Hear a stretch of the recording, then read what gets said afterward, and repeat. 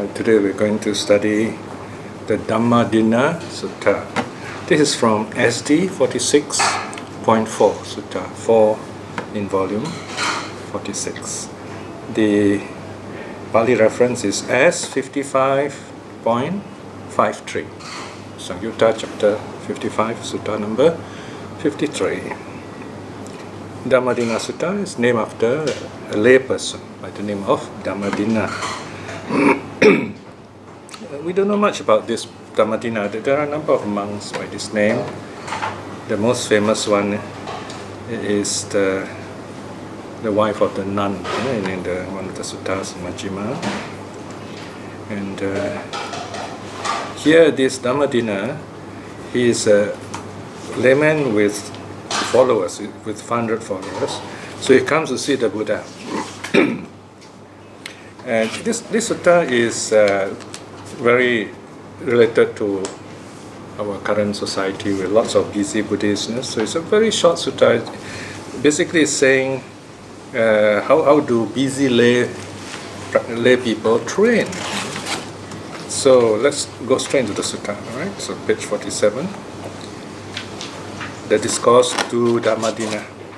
At one time, the Blessed One was staying at the deer park in Isipatana near Benares. This is the famous place where the Buddha taught the first discourse, the first sermon. So always imagine the Buddha sitting in the open, in nature, very nice place.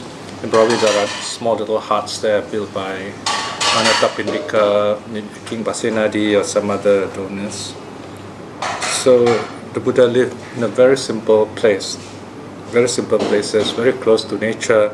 The Buddha loves quiet, peaceful places, that kind of place.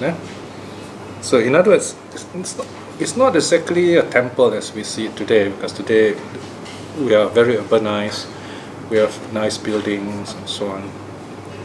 And we have very little space, very little forest here in Singapore. So those countries which are big with lots of spaces, you have Buddhist centers in very remote areas, very peaceful places, lots of trees and nature. That's really wonderful because there you can have a real feeling what the original situation in the Buddha's time was like. Lots of trees and space and peace, very important. So, and moreover, this is a deer park. So we have this little spotted deer wandering around and probably sitting near the monk as the monk is meditating. And then in the bamboo grove, there's a squirrel's feeding ground. So in other words, the monks and the Buddha are always close to nature. It's always very pleasant, very, very peaceful, very safe. Even animals also feel safe there.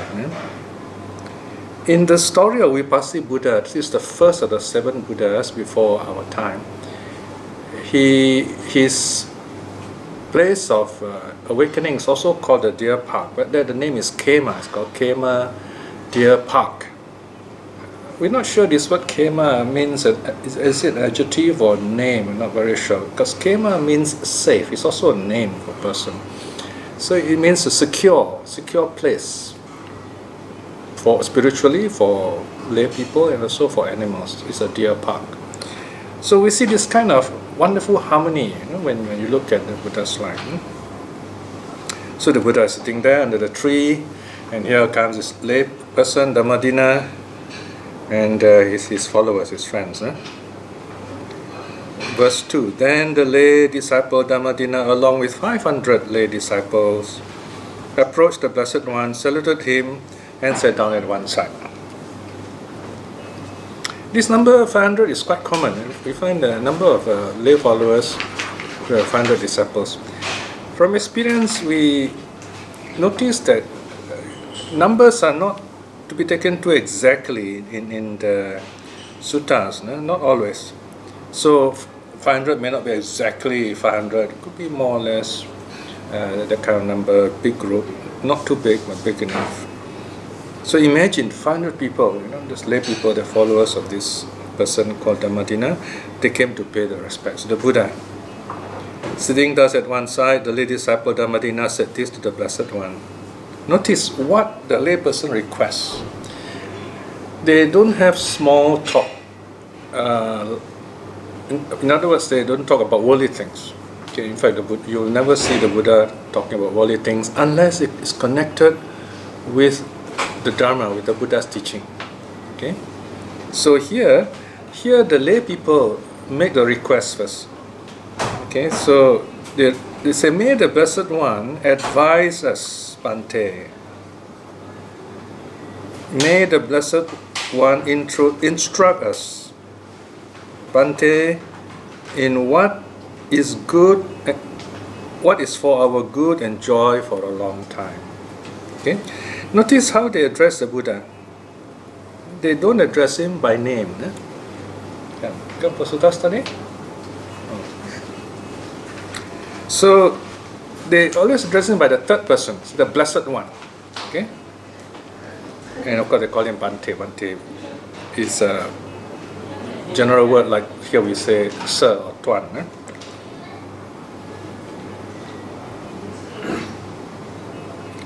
Then the Buddha says, in that case, Dhammadina, you all should train yourself thus. The moment you see this sign, means Buddha is going to give them a teaching. From time to time, we will take up and dwell in suttas or discourses spoken by the Tathagata, that's the Buddha, that are profound, deep in meaning, supramundane, or beyond the world, relating to emptiness. Okay, so notice this, the Buddha's advice says, lay people also should study the suttas, which are deep. Okay, because he looks at these lay people, he knows these people are capable, intelligent enough of studying the suttas. But there's a surprise here. How do the lay people react? Let's look at their reaction. Okay, section 4. But Bhante, okay, who's talking here? Dhammadina, the leader of 500 lay disciples. But Bhante, we dwell in a home crowded with children. We enjoy kasi sandalwood, or today I might say we use perfume. We wear garlands, scents, and makeup, right? In other words, they basically live like any lay person. We enjoy gold and silver. In other words, they use jewelry and money. So they are lay people. Okay. It is not easy for us to take up and dwell in these suttas spoken by the Tathagata. They are profound, deep in meaning, supramundane or beyond the world, relating to emptiness. Okay. So now this is a really interesting response, isn't it? I mean, we would expect Dhammadina to say, oh yes, Bhante, we will do it, you see. So now if someone like Dhammadina speaks in this way, we know for sure this kind of teaching is true. It is not likely the sutta compilers would record a story which seems to go against the Buddha's teaching. You know what I mean? So in other, if it reports it seems to be that way, obviously it must be true. You know? So, but the question now is, we've got to ask ourselves, what is the significance of this wonderful statement, you know? Well, you've got to take the sutta as it is. Do not try to twist it around too much, okay? Until we don't get the real message. The situation is quite clear here. You've got 500 followers, Dhammadina. They are very busy people, they are lay people, and they also are practitioners. There is one more surprise, bigger surprise coming in a moment. So don't come to any conclusions yet at this point. So they ask the Buddha, they request the Buddha, teach us, Bhante, higher Dhamma, for we have been established in the 5 training rules. So they did make a request. They said, well, they said they're keeping the 5 precepts. So notice here again, although they're very busy people, they are enjoying life, they're very happy, they're laymen with families, children, maybe businessmen, even basically like any of us, lay people. And they're keeping the 5 precepts, very important. Now they tell the Buddha, can you teach us something deeper? Teach us the Dharma, in other words. So what they're saying here is that they're coming to see the Buddha to refresh their contact with the Dharma, so to speak. Okay, they're so busy out there, they don't have the time to study the suttas. So now they come to see the Buddha to get the teaching directly. Okay, then the sutta, the last part is the closing, if you like. It's a very short sutta where the Buddha gives them 4 teachings, 4 things to do, and these 4 are very famous, very simple. The first teaching, look at section 5. In that case, Dhammadina, you all should train yourself in this way. 1. We shall be accomplished in wise faith in the Buddha thus. So that's the key word. Notice highlighted for you, wise faith in the Buddha. Not just faith, but wise faith. The Pali word is avicca pasada. Avicca pasada. So too is he, the Blessed One. I think you all know the Pali for this. What's the Pali? Can you remember? If I tell you the Pali, you know the rest already. Iti piso bhagava. Okay, after that all you know. These are the famous 9 qualities of the Buddha. Okay, for he is an arahat, fully self-awakened, well accomplished in wisdom and conduct, well-farer, knower of worlds, peerless guide of untamable persons, teacher of gods and humans, awakened, blessed. Here you are, 9 virtues. Notice here, I've arranged them in a very nice column here, lots of space, because the idea here is I want it to be visually striking. So when you look at it, you know these are the 9 qualities. You count, there are 9 there altogether, right? So this is called Buddhanusati, recollection on the Buddha.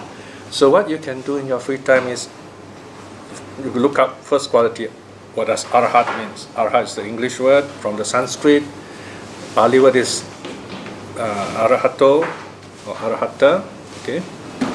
So find out the meaning. What does it mean? How does it apply to the Buddha? And there's something there that strikes you, something there that easy for you to understand, remember. It will come to you naturally. And these are things we do again and again in our life as a Buddhist. Okay? Fully self-awakened. Some Buddha or some Buddha also can. What does this mean? Find this out. And so on. Okay? So bit by bit we build up this understanding of the meanings of each of these 9 virtues of the Buddha. So as we do that, after a while you hear the word and the meaning comes to you, it just opens up in your mind very beautifully. So it becomes a reflection. And once it becomes natural, you don't have to think about it. You feel the joy and the peace. It's just like some people, they just hear the word Buddha. That's the second last word. Buddho is awakened. And then Bhagava is the last one. They just hear the word Buddha. They get so excited. They say, "Do you say Buddha?" Second time, third time, another Bhikkhu was one of those people who was very excited just to hear the word Buddha. For some reason, their karma just ripened to hear the word Buddha. Okay? I mean, imagine it's like any of us. Let's say one day we all migrate to some foreign country where there's no Buddhist group, and we're sitting quietly one day and hear somebody talking. Somebody mentioned something, and then Buddha, The moment you hear the word Buddha, you say, "Hey, that's interesting. I want to know this, So you go to the person and say, "You mentioned Buddha," And then from there, first of all, when you hear the word Buddha, the sense of joy arises. You say, Buddhism is so simple, You hear this word, joy arises. So this word Buddha is a trigger for joy to arise. So this is what we do when we study suttas, when we do chanting. We try to understand the word. If you don't know the chanting, you just chant, you hear the sound. Maybe the sound is peaceful, but then that's it, you just feel good on it, but wisdom doesn't arise. We want wisdom to arise also, and you got to do some study. We have the capacity to study, even as human beings. We have an upper brain, the neocortex, which is meant for wisdom, so to speak, right? And we can do that. So we should make an effort to find out what are the 9 meanings, what are the meaning of the 9 virtues of the Buddha here. Number 2, we shall be accomplished in wise faith in the Dharma. So this is the second of the triple gem, right? Again, wise faith. That means you must examine it. Don't take it for granted. And here there are 6 virtues. Right? First one is well taught, right? Swakato. Well taught is the true teaching of the Blessed One. To be self-realized, timeless, for one to come and see. accessible. Or another meaning is leading onward. You see, the English word sometimes is not enough. You got to expand the meaning. Right? Whereas in Pali, opanayiko. You hear opanayiko, you get all this meaning in it. To be personally known by the wise. See, in other words, we need to cultivate some level of wisdom. Wisdom means you experience it for yourself, not second hand, not third hand, directly. Okay. Of course, now you're listening to the Dharma, it's second-hand knowledge, third-hand knowledge. But these are like signposts, the guides. They point in a certain direction, you follow, and then you go your way. So, again, we spend time and reflect what are the meaning of these 6 virtues of the Dharma. Why is the Dharma so special? And you can decide which one you like better. Maybe you like to reflect on Dharma better, go ahead. Right? Some people like to reflect on the Buddha more. And you have a third one, the third teaching. The Buddha says, we shall be accomplished in wise faith in the Sangha.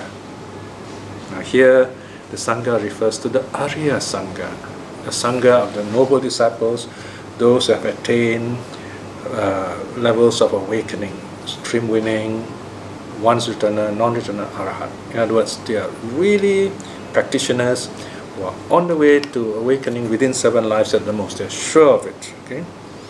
So, these are called the 4 kinds of saints, right? So here again we have 9 virtues of good conduct. It's the Blessed One's community of holy disciples. Notice, community of holy disciples. This doesn't refer to the conventional Sangha, which we see today. The conventional Sangha is important in itself. It gives people the chance to practice the Buddha's teaching for renunciants. But anyone can awaken as the saints belonging to the noble Sangha. Of upright conduct is the Blessed One's community of holy disciples. Of right conduct is the Blessed One's community of holy disciples. Of proper conduct is the Blessed One's community of holy disciples.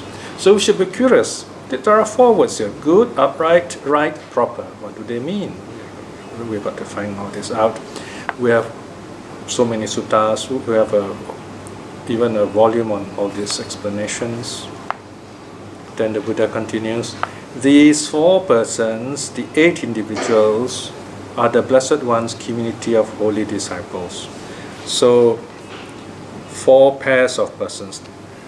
You have the stream winner, one returner, non-returner, Arahat. Each of these are 2 levels, if you like. Very simply, they are like undergraduate, graduate.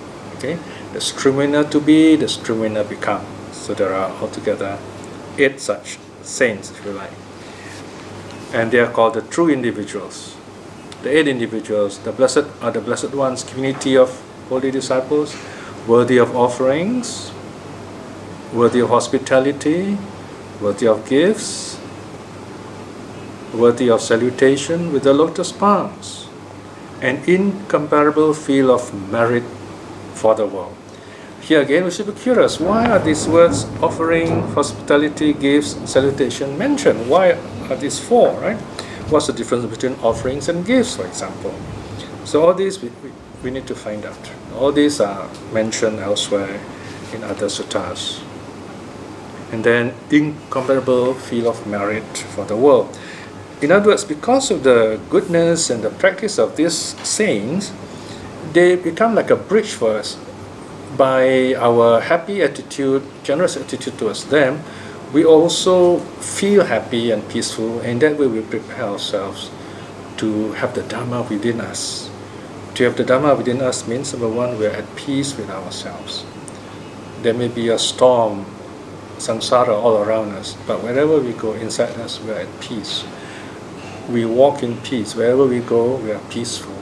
And this is a really good hallmark of Buddhism, which even other religions know very well, that to be a Buddhist is to be harmless, to be peaceful, to bring peace to other places and other people also. So if you can do that, then you have really practiced the Buddha's teaching. Wherever you go, people feel that peace, just like the Venerable Asaji. Okay, Sariputta could feel the peace. He went up to him and asked him to teach him the Dharma. So these are the three jewels, the three refuges. Then there's a fourth quality here. We shall be accomplished in moral virtue dear to the noble ones. Noble ones again are the saints, the four kinds of saints. Here the Buddha is talking about keeping the precepts. Unbroken, untorn. Okay, these two unbroken, untorn are two what I call similes, comparisons of cloth. The cloth is unbroken, untorn, good cloth, right? So the precepts must be kept well like that. Second pair, unmixed, spotless. Okay, these are similes of a cow. You know that the cow is regarded as, in the Buddha's time, they're not regarded as sacred. They're regarded as valuable. Cows are like property those days. If you have a lot of cows, you're rich. You know? And if the cow is pure white, wow, that's a really special kind of cow. So spotless, unmixed, or one color only, right? Maybe all white. Okay. So you don't mess up the precepts, you don't bend the precept, and so on. In other words, liberating, right? So you practice the precept, you feel truly liberated. You can meditate easily. You don't worry about it. Praised by the wise. The wise here are those who keep the right way, and they agree that it is a good practice. Untarnished, is not messed up. Giving rise to concentration. Look at this last phrase. Giving rise to concentration. This is the purpose of moral virtue. If you want to really practice your meditation well, you have to live your life properly too. So living your life properly means keeping the precepts. Keeping the precepts means respecting life, respecting property, respecting the freedom of others, respecting the truth, and respecting your mind, not to get drunk and so on. So if you keep the precepts well, then once you close your eyes to meditate, you don't start worrying, did I do this wrong, did I do that wrong, okay? Or we reflect on times when we were at peace with ourselves, moments like now listening to the sutta, practicing our own, keeping the precepts and so on, we feel at peace. You remember those moments, then you cultivate this inner peace, then you go on to meditate. That's how we do it. In other words, we clear our mind of all fear and greed. Don't think about negative things, only the happy things. So these are the four things. Then the Buddha closes his instruction and says, thus, Dhammadina, you should train yourself. Now, Dhammadina at once recognizes all these four qualities. In fact, all these friends of the other 500 people know what the Buddha is talking about. And this is very important. You know? So this sutta is not about not studying the suttas, right? We should not quote the sutta and say, hey, look, in this sutta, Dhammadina told the Buddha they can't study the sutta because they're too busy. So it's okay if we don't study the sutta. That's not the point of the sutta. The point of the sutta is that these 500, by now we know these are the four qualities of a stream winner. They are all stream winners. Okay? Yet they are busy lay people. Now imagine if you are busy people, businessmen, lawyers, bankers, teachers, temple runners, and so on. They're all stream winners. They're very busy, but they're stream winners. Can you imagine how wonderful these kind of people are? They keep the precepts well. They're full of faith in the Buddha, Dhamma, Sangha. They're at peace with themselves. They'll be really wonderful people at their work. All right. So Dhammadina and his 500 friends are like that. They may be too busy to study the suttas, but they always have time to see the Buddha. Okay? So, now Dhammadina replies, 5.2. He says, Bhante, as regard these four limbs of stream winning, notice, they are the ones, Dhammadina is the one who actually mentioned the name of these four sets of teaching. The four limbs of stream winning. Okay? So, you can see the note 33. Sotapanassa Angani. Okay? So, then he says, the four limbs of stream winning taught by the Blessed One. These states are found in us. We live committed to these states. Notice, we live committed to these states. So what they're saying is, we follow all this practice. Then everything's repeated. We Bante I accomplish in wise faith in the Buddha, Itipiso Bhagava. We Bante I accomplish in wise faith in the Dhamma, Swakato Bhagavata Dhammo, and so on. And then next page, brackets 3. We Bante I accomplish in wise faith in the Sangha, Supatipanno Bhagavato Savaka Sangho, and so on. We Bante I accomplish in moral virtue dear to the noble ones, and so on. Okay, so they tell the Buddha, we have practiced all these teachings. Then the Buddha confirms, this is a gain for you, Dhammadina. This is a great gain for you, Dhammadina. You have declared the fruits of stream winning. Okay, so there you are. Some people may tell you, oh, I got no time to study suttas, right? But that doesn't mean you cannot be stream winners. Right? You must have wise faith in the three jewels, keep the precepts well. And of course, in the case of Dhammadina and his friends, he is able to listen to the Buddha. That's the big difference. So in our case, because we do not have a teacher like the Buddha right now, we approach the Dharma. And if you can approach the Dharma, then you get the same benefits. So of course, having studied the sutta, we should not take the excuse that we are too busy to study the suttas. Only in studying the sutta we know about this kind of stories. As long as we can understand language, we are able to discuss things. We have intelligence, we have wisdom, we should use it to understand the suttas. And if you understand the suttas, then your progress towards reaching the first stage of awakening is much easier and faster. So this is the message of this sutta. And we have to remember this and share this with others. Okay? Any questions about this sutta? Part our closing part, we'll talk about something interesting, something's happening now. No? I think was it yesterday or today in the internet, we have this report about a monk in Philadelphia, US. He went to this machine to buy a lottery. Monk buying a lottery, and he was robbed by another person, about $250 US. So it came out on the internet, quite interesting, what they call news. So the internet people are wondering what's going on. Here's a monk buying lottery, got robbed, and then he chased after the robber, tried to fight the robber, but the robber was stronger, so I think he got pushed away, and then the robber ran away. Okay, so that's the story. So the question now is, how do we try to understand this event? Right? So now we have what's called a rather unhappy catch-22 here. Catch-22 means you lose on both sides. Okay? Here the answer is very simple here. Here the Buddha has warned the monks before. Once you become a monk, you are normal with the world.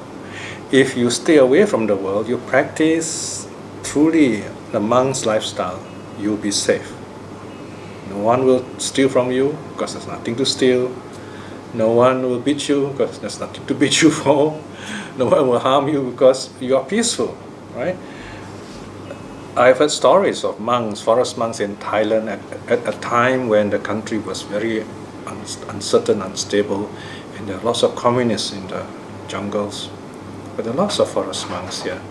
And these forest monks who live in the forest and the jungles, they often meet these communists also, and some of these communists also offer them dana, So the monks are friends with everybody. Because the monks are non-political, see? So, for example, if the monk goes into the forest, then some people, officials in the village will say, Bante, you better don't go in the forest, there are communists there. But the monk said, never mind, I know them well. And the people in the communists in the forest also respect the monk. So there's no problem for the monk, because he's a monk. I mean, he's not caught up with the world. So if you are caught up with the world, if you are a monk but you're still caught up with the world, then you will still suffer the way of the world. And worse than that, if you are a monk or a nun, you use money, then you will suffer the consequences of it. So this is the example where this person is the worst kind here. I mean, when you buy a lottery, what does it mean? It means you're hoping to get more money, right? So you can imagine, what's going to happen here. Okay.